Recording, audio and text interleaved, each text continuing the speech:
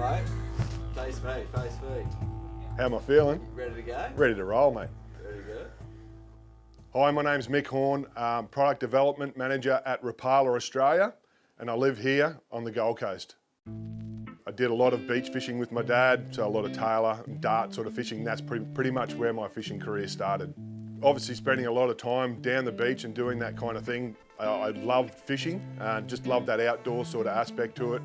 As I got older, I purchased my first boat, and that's pretty much where my lure fishing career started. I actually pretty much went out and solely just started lure fishing, and so that's where the passion for lure fishing evolved from.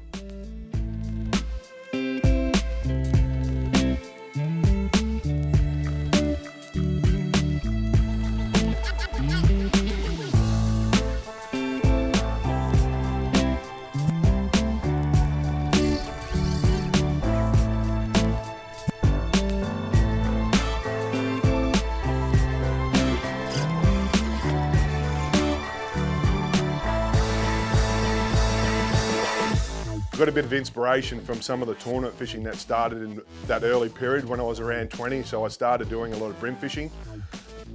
Once I started doing that lure fishing, I got a passion for chasing mangrove jack, and that was a passion that pretty much still lasts to this day. I've got a real fascination with them. The big draw card for me with mangrove jacks was just how powerful they were. They're a fish that you don't have much time. You really need to have a really good reaction time to actually turn those fish. Through that early period when I first started fishing for them, I didn't realise the power they had. I used to lose a lot of lures, but it was that excitement going out chasing them. You know, you didn't know whether you were going to get busted off or you were going to turn one of those big fish, and I think that's probably the biggest draw card for me is how much power they have. And then initially, once you first get them in the boat, it's just such a pretty fish as well. So there was a couple of aspects and the reason why I really like chasing those mangrove jacks. As my fishing evolved and as my skill set evolved, I actually found it more beneficial to start using different techniques. And that's, as I was saying, going back to that brim scene where I learnt that, using soft plastics and understanding how the actions of things move and what triggers those mangrove jacks to bite.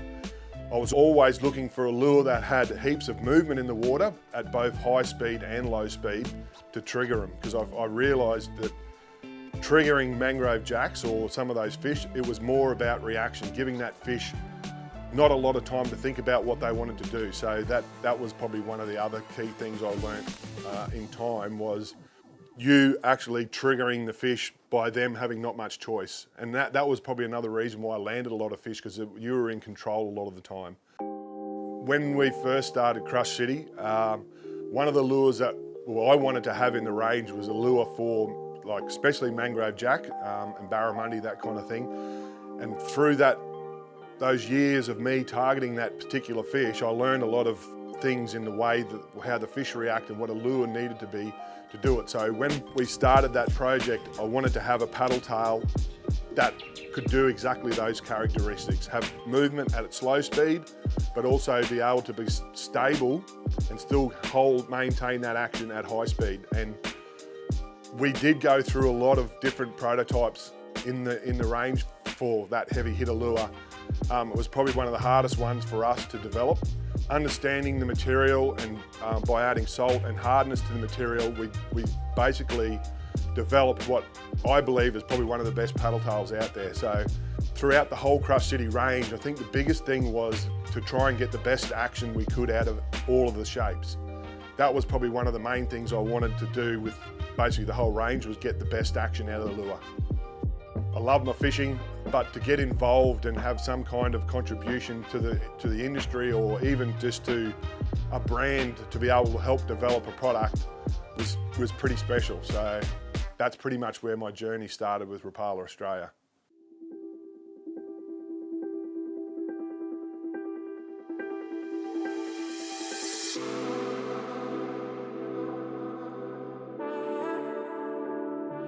Within the first 2 months of joining, that's when I found out that we were actually going to start a soft plastic project. The biggest motto we had was going to be no compromise. So it was pretty much 2 years in the development.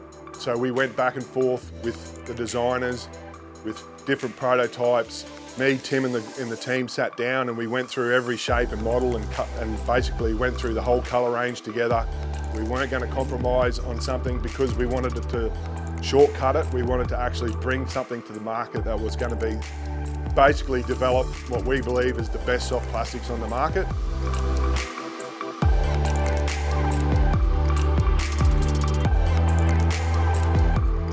Basically the perfect prawn imitation, and like near the bottom of the tide you got a little bit discoloured water, and that motor oil colour, especially with a bright sunny day like this, really bright UV, great little lure for when the prawns are around in the system. Probably one of the most challenging things when we started CrushCity is Australia's got such a diversity in the way of fish and styles of fishing. We've got freshwater fishing as well as saltwater fishing, so there's a lot of different fish species out there that you need to cater for. So hence why we released shapes to actually target many different species.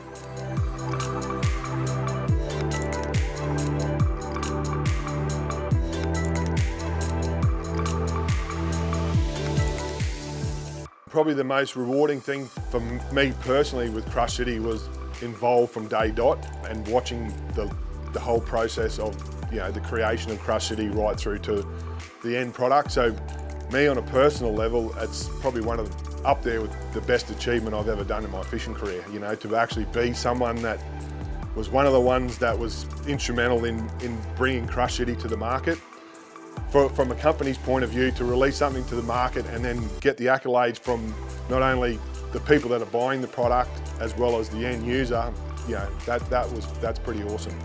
It's one of those things that excites me. Like, I'm always thinking about fishing. I've got my family, my kids, my partner, we all love fishing, but I'm the one that's sitting there at night time. I don't go and watch TV. I'm in my fishing room. I'm trying to work out how can I rig this plastic different to try and get a bite. Like, I might have fished the day before and I've caught fish on it. The next day they might be shut down. So just trying to understand different ways to actually use a lure is something that I've always been thinking, and CrushCity's made that even worse now because I just want to keep trying to develop like cool product.